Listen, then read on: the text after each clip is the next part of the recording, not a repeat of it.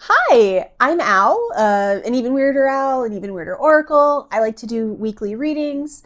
You should see in the thumbnail, I have 3 separate piles. Feel free to choose which one works for you.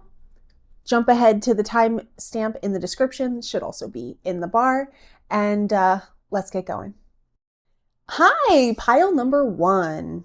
Okay, let's see. Sometimes I do themes for these, but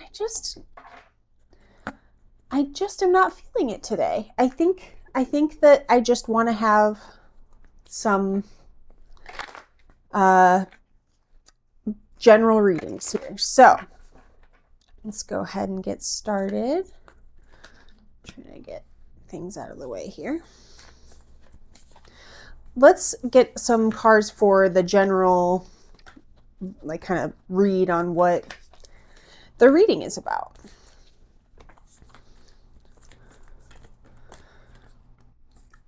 Okay, so we have Ouroboros, the Great Serpent. I just realized that I flipped this the wrong way. There we go. So we're talking about having a safe space to do the work. We're talking about transmutation. We're talking about cycles. Let's see what else we have here.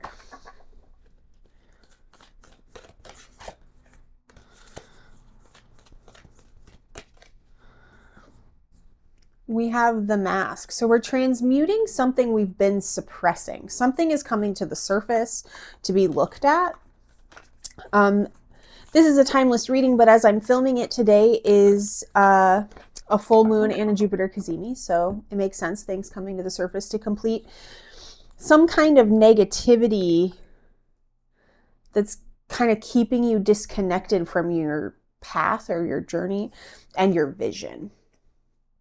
I want to put those together because they feel like they belong together here. So you're processing something really big here. So transmuting something, and whatever it is, this negative or looming energy is keeping you disconnected from yourself and your path and your vision.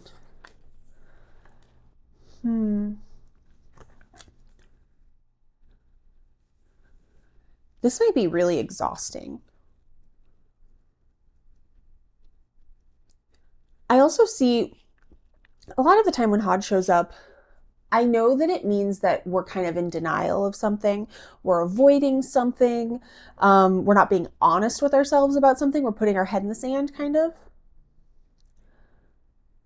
But it's almost like you're doing this because you feel like you have to do it alone. And like the idea of dealing with whatever this is alone kind of prevents you from owning it. But people are coming in to help you. If you're willing to kind of shine a light on it, people will show up. So know that whatever it is that you're working through here, you won't have to do it alone.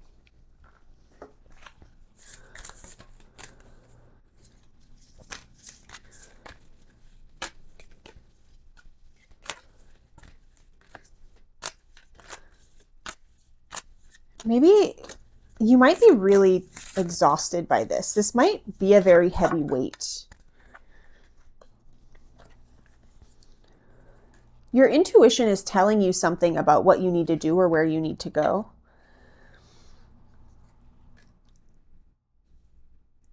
And it might be that this denial, this avoidance, is actually kind of an attempt to control the situation, right? So if we don't look directly at it, then we have control of other things kind of happening around us. I'm realizing that not everything is on the screen here, so I want to make sure that we get that in. Become more objective. Your emotions might be clouding your judgment here. I talk a lot, excuse me, apparently this is important. I talk a lot about prioritization when it comes to logic and feeling. A lot of people, myself included, often prioritize logic over feeling. And the other end of extreme there is that our feelings dictate our actions and we don't ground it in reality. So finding that middle ground, that middle of the spectrum.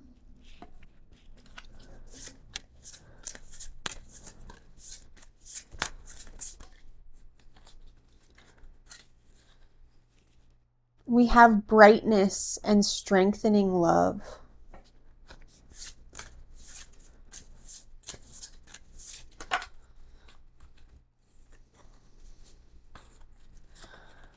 Transformation.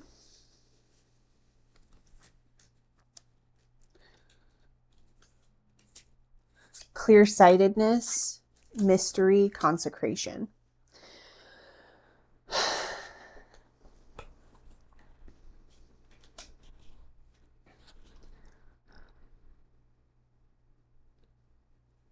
There's some fear of the unknown that exists in this kind of feeling of denial.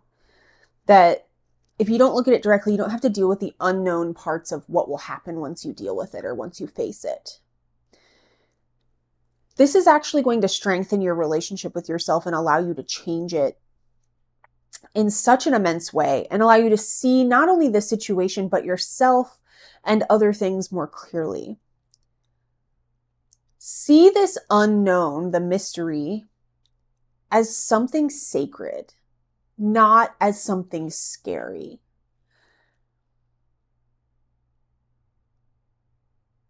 Walking the pathless path here is going to be how you reconnect to your sense of purpose and vision.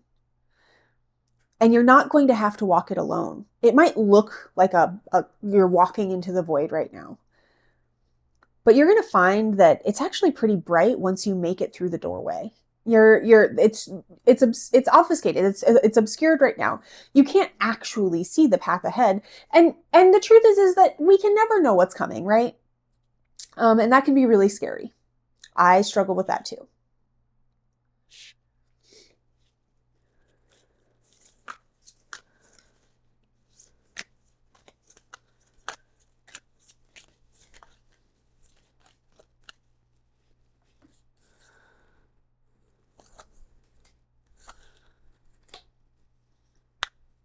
There's two paths here.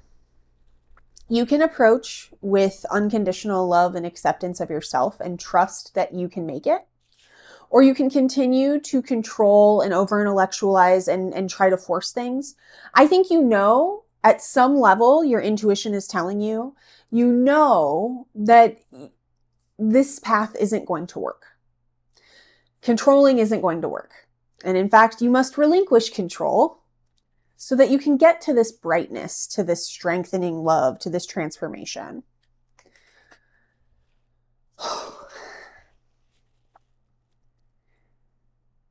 This sounds really exhausting, friend. And I know how exhausting it can be to avoid the things that are happening. But you won't have to do it alone. So trust that by showing up for yourself here, by loving yourself, being willing to look at this thing that you'd rather suppress and pretend doesn't exist with loving awareness, and love the part of you that got you into this situation, love the part of you that's struggling to look at it, love every single part of you. It's going to be actually a very beautiful journey. But you have to take the first step. And that first step is being willing to love yourself enough to look at it. And I know it's scary. And if you need me,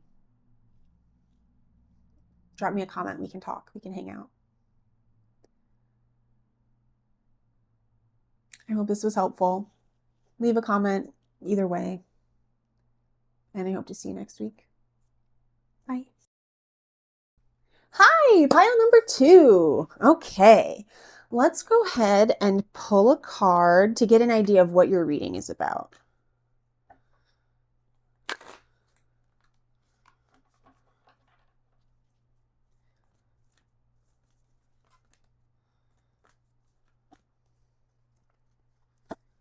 Okay. A transition is here. And this might be something that feels very much out of your control. What is in your control is how you handle it, how you approach it, how you take whatever opportunities are given to you in the process. You might be a little angry about how it's happening. Maybe it feels like something's being ripped away from you. But it's important that you get grounded and you examine your integrity when it comes to how you're handling the situation. Are you responding or are you reacting?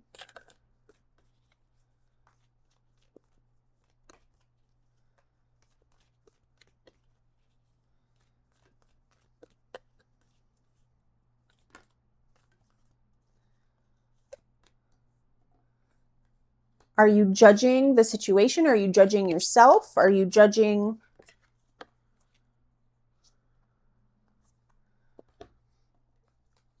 a commitment you've made? Or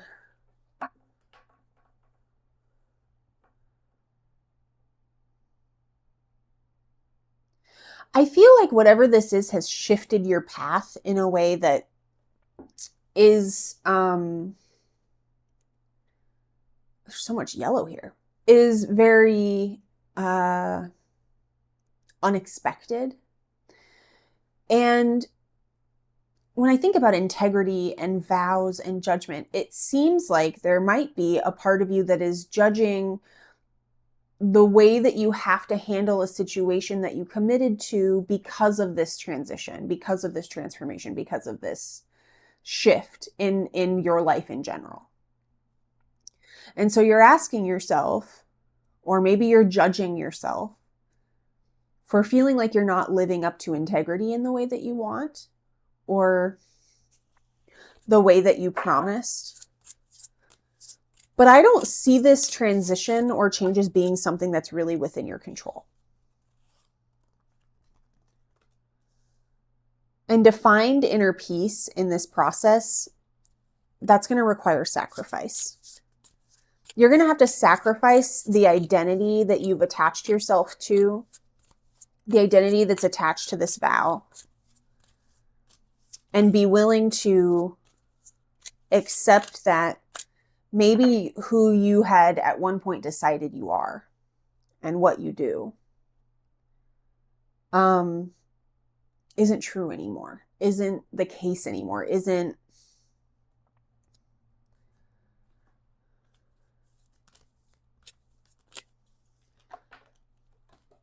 Yeah, this is a major cycle ending.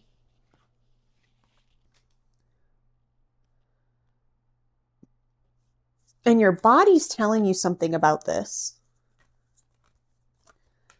But I see it still as something that's very hard to face or to deal with. Wow, I just realized that both of these cards are 14. So 14 might be a relevant number for you.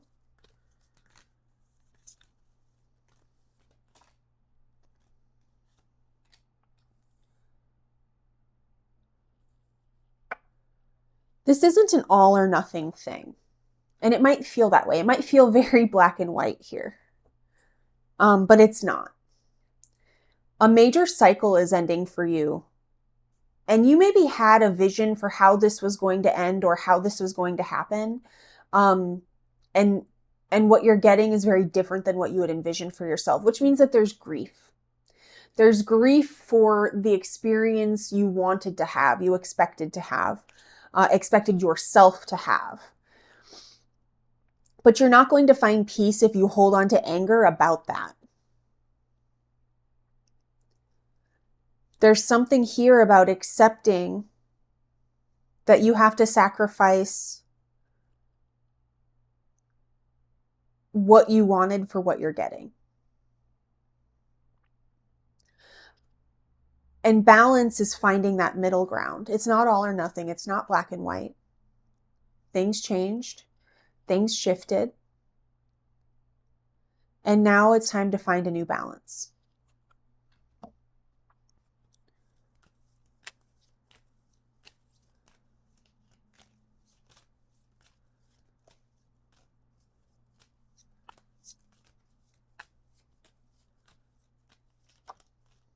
number is this? Okay.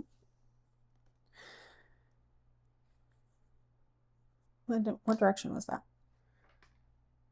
Okay. Be really honest with yourself and get into alignment with who you really are, because the respond versus react here is important.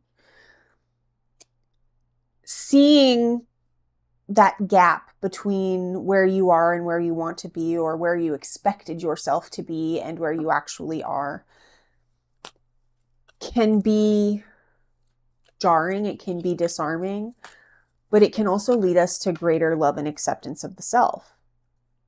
Until you accept this situation deeply, you're going to feel very blocked and apathetic. This requires acceptance so you can then make the choice. And I think you're very stuck in judging yourself for how this happened. But you're seeing the truth. There's self-awareness here. I think you're starting to understand. And maybe this is a confirmation.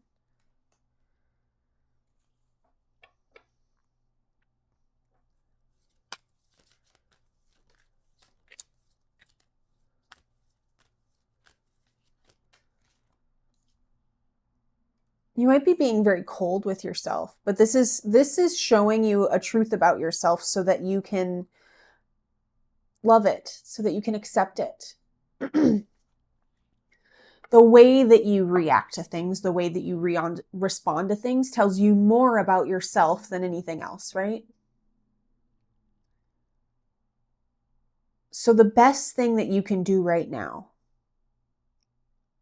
is to step into just deep acceptance of what is. There's no moment other than the present. You can get lost in the past, you can get lost in the future, but right now is literally all there is. And right now, there is a part of you that's like holding onto the door frame, kicking and screaming because it didn't go the way you thought it was going to. And you've reached the end of this cycle and you realize that it's not what you thought it was. Things are not always as they seem. And that sucks. I'm sorry.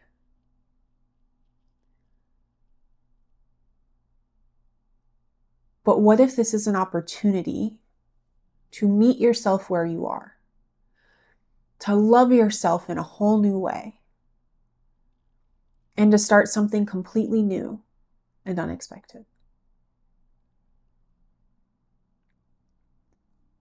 The transition is here by Yoke or Bile. How you respond is up to you.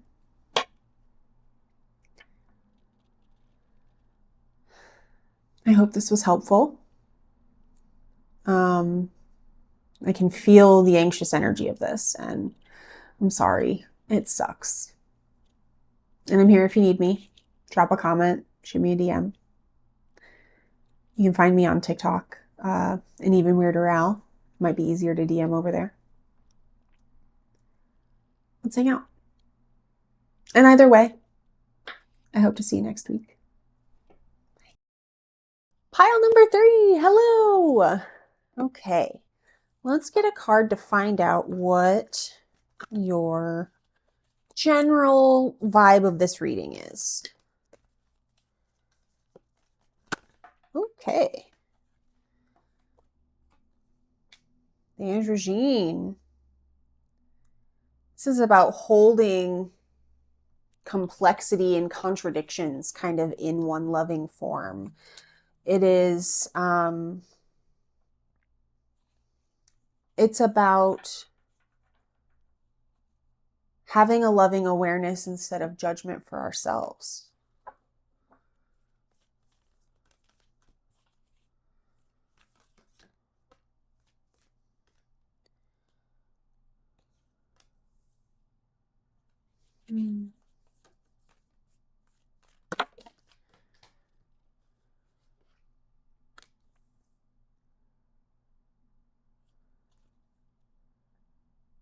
You're being asked to look at your relationship with yourself, to believe that in your wholeness, and your ability to show up for yourself. The sword is to decide. And when it's reversed like this, we see it as like a dull blade, hasty, the most compassionate cut is going to be one that is swift and clean, right? This doesn't look like that. It's like you're on the fence trying to decide if you like yourself or not, or if you like, let's get more cards here. Sometimes cards come out and I'm like, God, okay. Thanks, universe. So sacred marriage is all about this sacred marriage within before you look for something outside of you. Building this relationship with yourself in a way that is accepting and loving of your contradictions.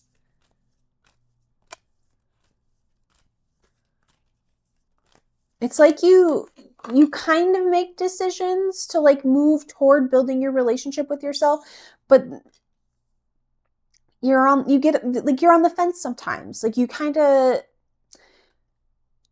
it's wishy-washy is the vibe.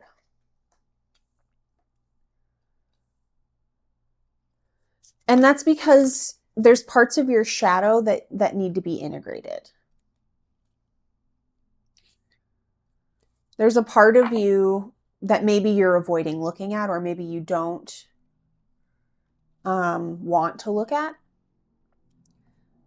But you have the ability and the capacity to heal this part of yourself and to heal yourself.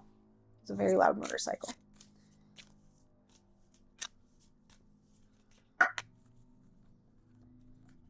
And you have a chance to kind of, okay, another really loud motorcycle. Oh, these two cards showed up earlier too. You have an opportunity to kind of have your relationship with yourself be reborn into a new cycle, a new format. But it involves trusting yourself, trusting your intuition, and not trying to control who you are, getting attached to ideas of what your identity is.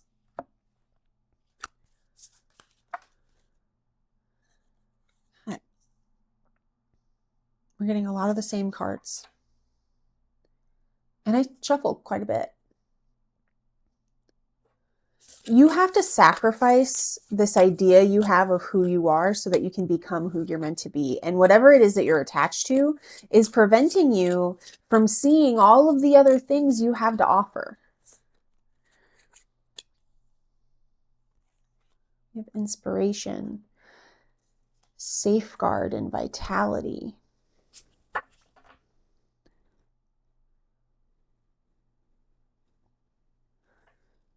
You have to sacrifice your sense of control over yourself so that more parts of you can step forward and be witnessed, be experienced. It's safe for you to do so. And things are coming up. You're having experiences that kind of inspire you to change your relationship with yourself.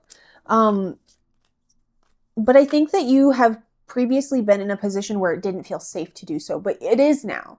And when you do, you're going to find such a huge rush of vitality. We have the last stage of spiritual alchemy, this solidifying, this integrating, this embodying, coagulation, it all coming together into this authentic expression of self. You still have a transactional or conditional relationship with yourself. You believe that the parts of you that maybe you would rather not look at are only worthy of love when they behave, or when they do what you want, when they fall into your control.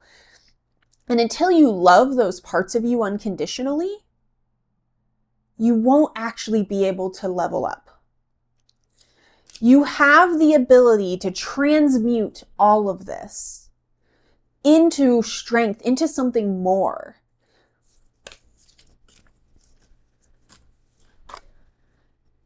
And go to a place where you're self-directed, you're authentic, you're resourceful. You have to actively decide. And we want to see this card flipped, right? We don't want this to be, we want this to be a swift cut. You need to decide to love yourself, to choose yourself, to choose every part of yourself, even the contradictions, even the things that don't make sense, even the things that do make sense and you hate them. They need your love. They need your acceptance. They need you to show up for them. And when you do, your life will change immensely.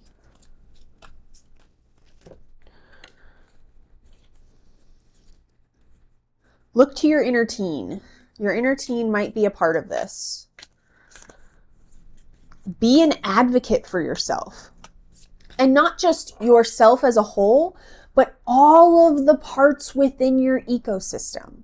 You are an ecosystem of so much, of so many expressions, of so many vast selves, and all of them have opinions, and they have desires, and they have fears, and they have coping mechanisms and protective strategies. And getting to know them, getting to love them, getting to connect with them is a gift, not only to you, but to other people around you. Because you can only meet people as deeply as you've met yourself.